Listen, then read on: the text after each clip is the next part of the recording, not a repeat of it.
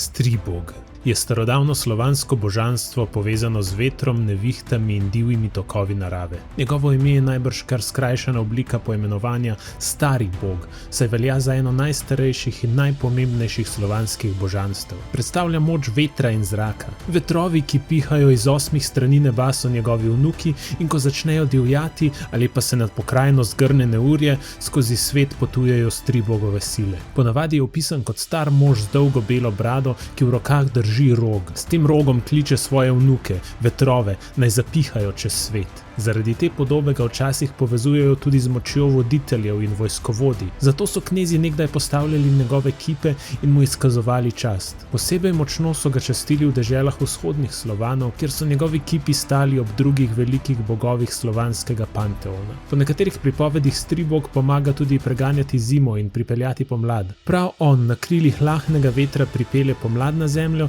in skupaj z drugimi božanstvi prežene temno boginjo zime Morano. Tako Stribog pooseblja mogočne sile narave, veter, zračne tokove in nevihte, ki oblikujejo svet okoli nas. Ko vam nadležen veter naslednjič razmrši lase ali odnese pokrivalo, se spomnite na Striboga in se mu poklonite, da vam bo naslednjič prizanesel.